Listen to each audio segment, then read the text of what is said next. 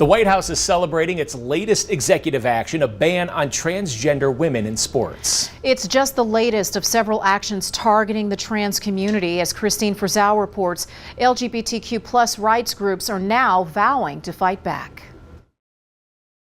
Oh, I think we have a 10. President Donald Trump following through on a promise he made repeatedly before returning to the White House. From now on, women's sports will be only for women. Targeting the transgender community, the one issue his campaign spent the most money on. Surgery. For prisoners. For prisoners. More than $19 million on ads like this that ran in swing states. Kamala is for they, them. President Trump is for you. With a 2023 Gallup poll showing just 26% of people believe transgender athletes should be able to play on teams that match their gender identity, the White House sees it as a winning issue.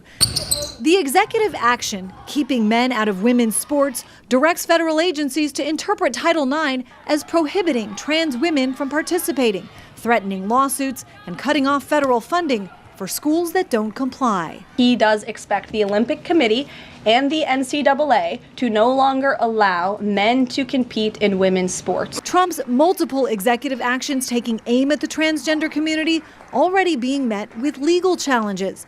The ACLU in a lawsuit arguing Trump's ban of transgender medical procedures for those under 19 is in violation of laws that prohibit discrimination on the basis of sex, though multiple hospitals have already suspended health care for transgender youth. We're in the second week of this presidency, and my family has become a direct target. Meanwhile, protests have sprung up around the country.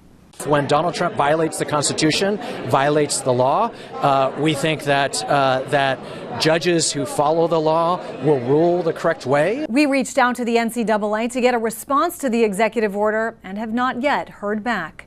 In Washington, I'm Christine Frizzau.